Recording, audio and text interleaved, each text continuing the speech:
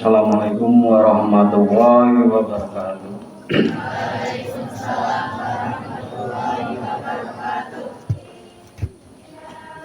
Yang terhormat Kepala SMK Negeri 1 Bledug, Bapak Andi Saputra SK. Yang terhormat Ibu Ramia SAP selaku Koordinator Tata Usaha SMK Negeri 1 Bledug. Yang terhormat Bapak Ibu Guru beserta staf dan karyawan SMK Negeri 1 Bledug,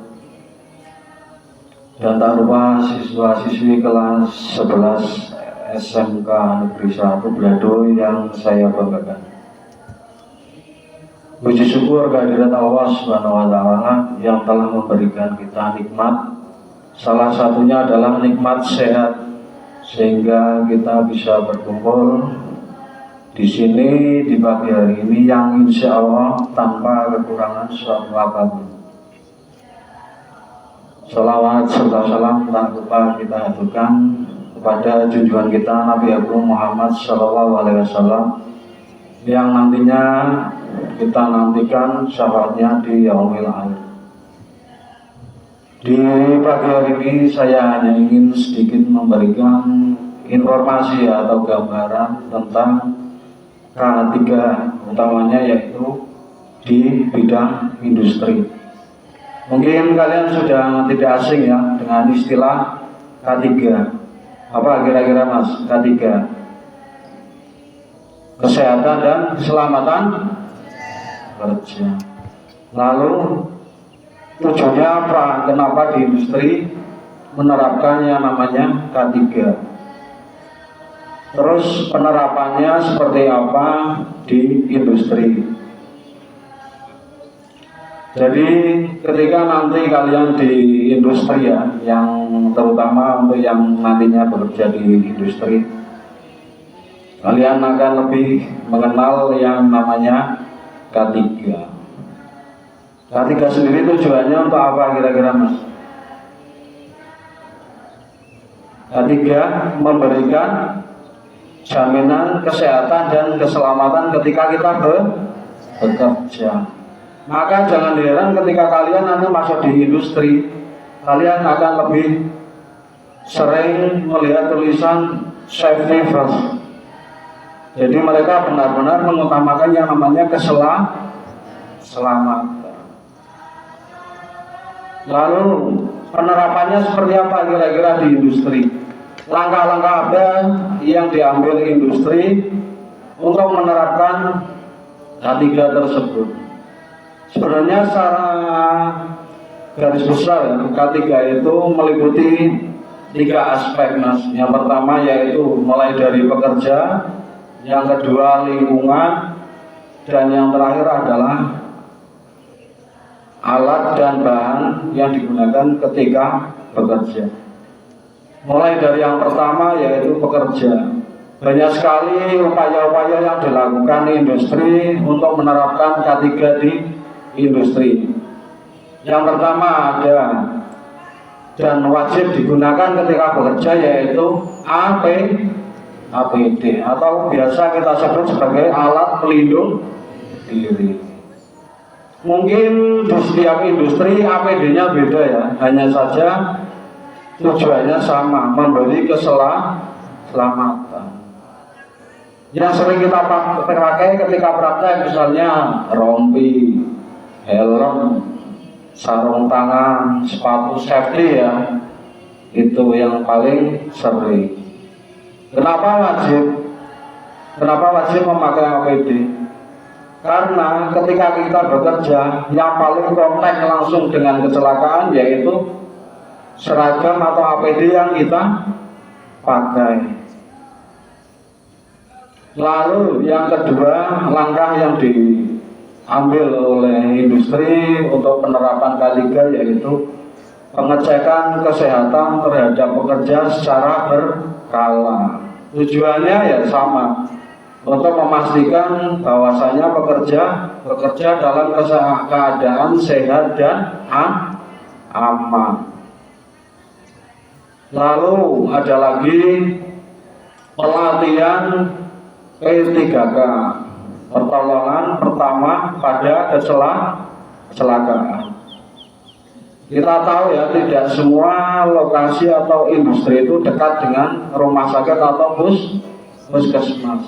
Setidaknya ketika terjadi kecelakaan, kita tahu apa yang harus kita lakukan terlebih dahulu. Lalu ada lagi simulasi ketika terjadi kebakaran misalnya.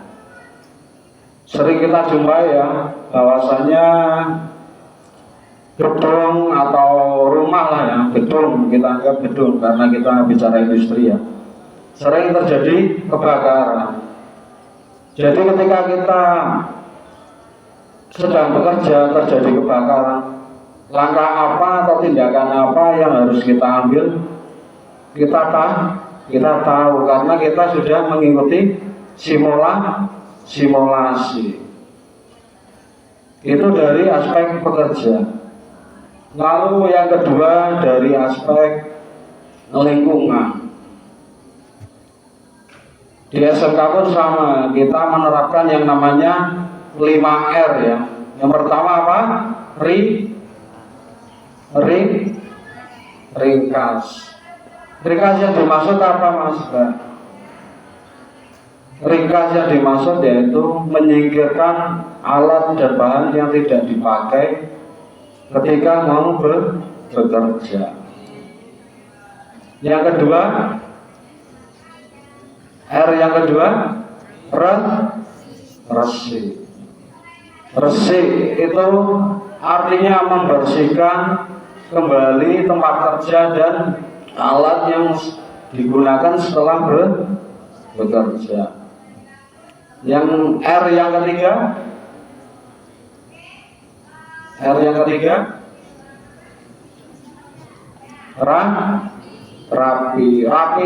rapi yang dimaksud mengembalikan alat atau tool yang digunakan ke tempat asalnya. Hal ini ditujukan untuk apa? Ketika dalam keadaan darurat, kita akan mencari alat yang akan kita gunakan, itu tidak terlalu membuang banyak waktu kalau tempatnya sudah dikembalikan di tempat yang semestinya. R berikutnya rajin. Rajin yang dimaksud yaitu mengulangi ketiga R di atas tadi Mas. Rajin. Jadi rajin diulangi, merawat, merapikan dan membersihkan alat dan tempat kerja yang kita gunakan untuk bekerja. R yang terakhir apa Mas? Rawat. Jadi bukan hanya diri kalian saja yang perlu perawatan ya, alat juga butuh perawatan agar ketika digunakan tidak rusak. Terus kemudian penerapan ketiga di bidang lingkungan yaitu pengolahan limbah.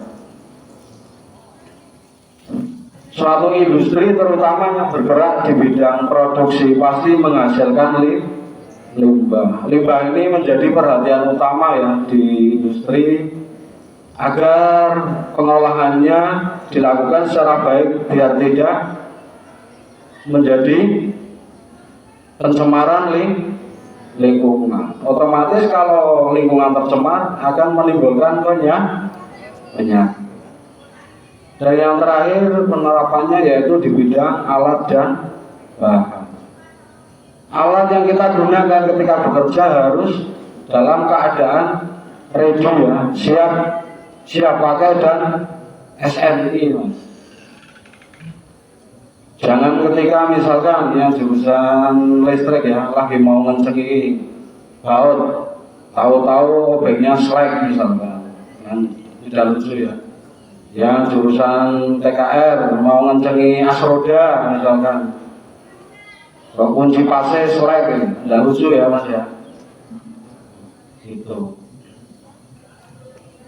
Terus kemudian bahan ya, bahan yang dimaksud yaitu harus sesuai dengan SOP. harus sesuai dengan standar operasional prosedur. Taruhlah yang jurusan listrik kita mau pasang daya 1300, SOP-nya kabel menggunakan ukuran 1,5 mm ya. Tapi di lapangan kalian melanggar SOP dengan memasang kabel dengan ukuran 0,75, yang terjadi apa? Kabel panas, akhirnya terbakar. Itu sudah menyalahi ya. Bicara SOP mas ya, saya sedikit cerita ketika dulu saya masih di industri, saya di pembibitan ayam. Jadi saya kaget waktu itu ketika saya baru masuk di sana. Saya diajak senior saya masuk ke kandang ya. Kandangnya luasnya kurang lebih 2 hektar. Saya mau masuk ketemu ayam saja mas ya. Itu ternyata SOP-nya bisa dibilang ribet ya. Pertama kita harus mandi 3 kali mas sebelum ketemu ayam. Padahal kita hanya ketemu ayam. Secara logika kira-kira di luar nurul nggak? Itu yang bikin saya kaget yang pertama. Kita harus mandi 3 kali dan juga harus ganti bajunya juga 3 kali. Setelah bisa masuk ke kandang dengan luas kandang yang kurang lebih 2 hektar itu, kita tidak boleh naik motor mas, harus jalan kaki. Karena kita harus mengecek setiap kandang. Kandangnya ada kurang lebih 26 kandang.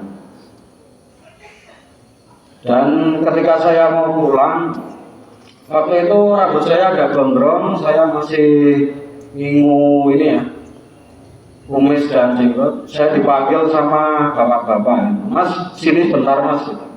Ya pak, gimana pak? Kamu orang baru di sini mas? Ya pak, saya orang baru. Gimana pak? Besok saya tidak mau lihat kamu lagi ya. Saya salah saya apa enggak? Maksud saya besok saya tidak mau lihat kamu lagi masuk kandang dengan kondisi masih ada jenggot dan kumis. Kenapa pak? Ternyata jenggot dan kumis itu menjadi salah satu tempat untuk bersembunyinya bakteri mas. Itu salah satu SOP yang diterapkan di industri saya waktu itu. Jadi benar-benar tinggi ya, tuntutan di industri itu tinggi. Jadi kita harus konsisten. Mungkin itu saja yang bisa saya sampaikan, kurang lebihnya mohon maaf. Wabillahi taufiq wal hidayah. Wassalamualaikum warahmatullahi wabarakatuh.